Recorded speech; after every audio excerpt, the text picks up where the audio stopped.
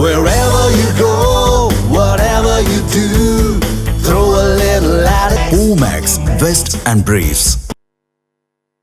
பிரதம மந்திரி அவர்கள் தரமான மலிவு விலை மருந்தை தமிழக மக்களுக்கு அளிக்கிறார். ஃபெயிலியர் மாடல் திமுக அரசு மலிவான மதுவை தமிழக மக்களுக்கு அளிக்கிறது. உங்களுக்கு எல்லாருக்குமே கள்ளக்குறிச்சியில் நடந்த கொடுமை ஞாபகம் இருக்கும், மன்னிக்க முடியாதது. 11 ஆண்டுகளில் தமிழகத்தில் மட்டும் 1,11,00,000 குடும்பத்துக்கு உங்களுக்கு சுத்தமான குடிநீர் வசதி. இது ரொம்ப பாராட்டக்கூடிய விஷயம்.